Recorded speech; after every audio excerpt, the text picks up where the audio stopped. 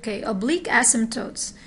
Now, recall what when do oblique asymptotes occur? When the power of the numerator is greater than the denominator by just 1 degree. So let's say and all these would create oblique asymptotes. So let's say we want to graph number 100. And the first thing we need to do is to rewrite this as a quotient with a remainder. So for that to happen, we first apply division, long division on the ratio x plus 1, I'll put a space right there, divided by x minus 1. And that means x squared divided by x is just x. Then you multiply through, you get x squared minus x. Then you take the difference, just like doing long division with numbers. So let's say there's a 0x right here.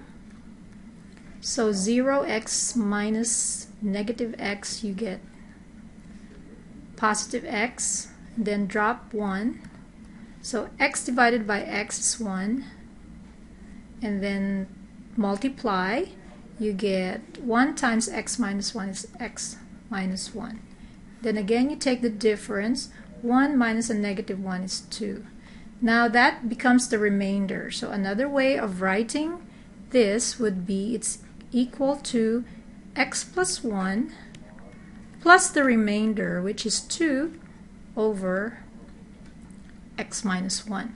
So this is now the remainder, and this is now the remainder, and this is now your oblique asymptote. So we will graph the oblique asymptote, which means it's just the diagonal that's translated one step up.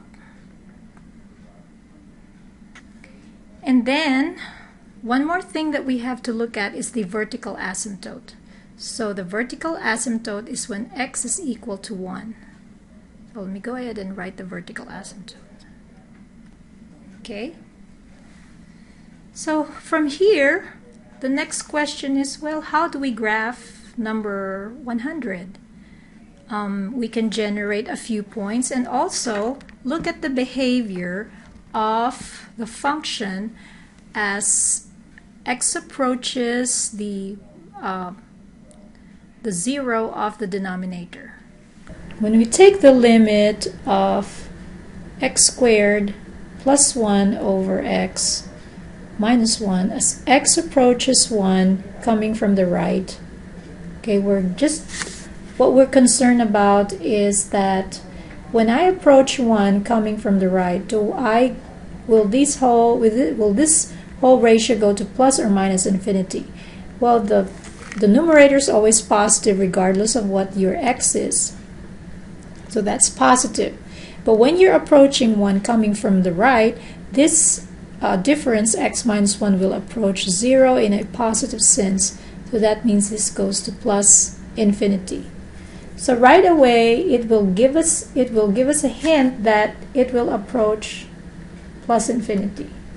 Okay, now we take the limit of x squared plus 1, whole thing divided by x minus 1. This time we let x approach 1 from the left side.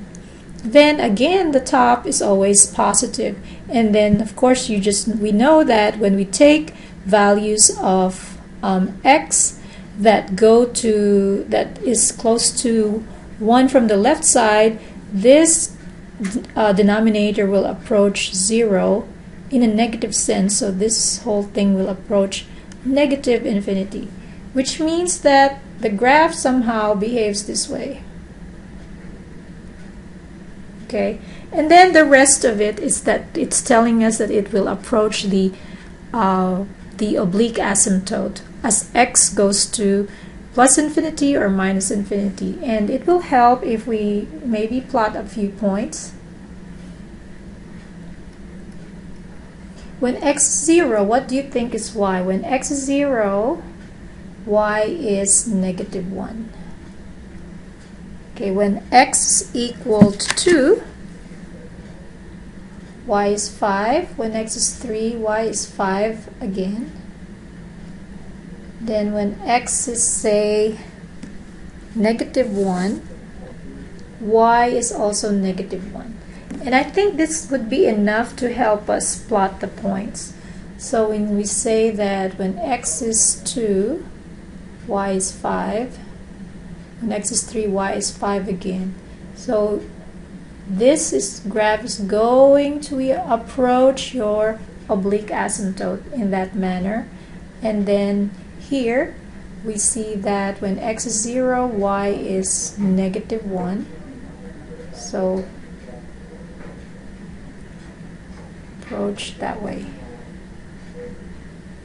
And to see clearly how the graph really behaves is we could create a different color, say blue. That way we can see that this graph approaches your oblique asymptote and your vertical asymptote. There, as well as that. Alright, so now you have seen how the graph of y equal to x squared plus 1 divided by x minus 1 behaves. Additional graphing exercises. Here, these problems a little bit more complicated, but they're fun to observe how the zeros will affect the graph. The zeros in the denominator will affect the graph. What I did here is I have graphed it through using the Wolfram Alpha program. That's a free online graphing program, and it's going to be shown here in the next graph. But first off, let's look at what makes the denominator 0. See here, the domain of your function would be from -2 to 2. Why is that the case? Well, the denominator cannot be 0. At the same time, the denominator also has to be greater than, the argument inside has to be greater than 0. So if you evaluate 4 minus x squared greater than 0, okay, this will be equivalent to saying that x is between -2 and 2. That is working out once you've worked out the this inequality. So let's look at the next slide and see how the graph behaves. Here you see how the domain is from -2 to 2, and where it's 0 is when x is equal to 2. So you see where the vertical asymptote occurs is when x is equal to 2 and when x is equal to -2, right there. And let's just take the case y it goes to +infinity when x approaches 2 coming from the left. So we take the limit of x over the square root of 4 minus x squared as x approaches 2 coming from the left. This will remain positive. It's close to 2, so we say that's positive. And then 4 minus 2 coming from the left will mean that the square root of 0 in a positive sense is also positively close to 0. So this is +infinity, approaches +infinity. So see how the graph does verify that this approaches positive infinity. And of course, when we take the limit of x over the square root of 4 minus x squared as x approaches 2, or rather -2, coming from the right. So as x approaches -2 coming from the right, that means the denominator will still be approaching 0 in a positive sense, and the numerator is close to -2, so that's a negative number. And so the whole ratio would go to -infinity. And indeed, look at the graph, it behaves just like it's expected, that it will approach -infinity. And this concludes all the exercises in section 2.6 until we go to the part where we will have precise definitions of limits involving infinity.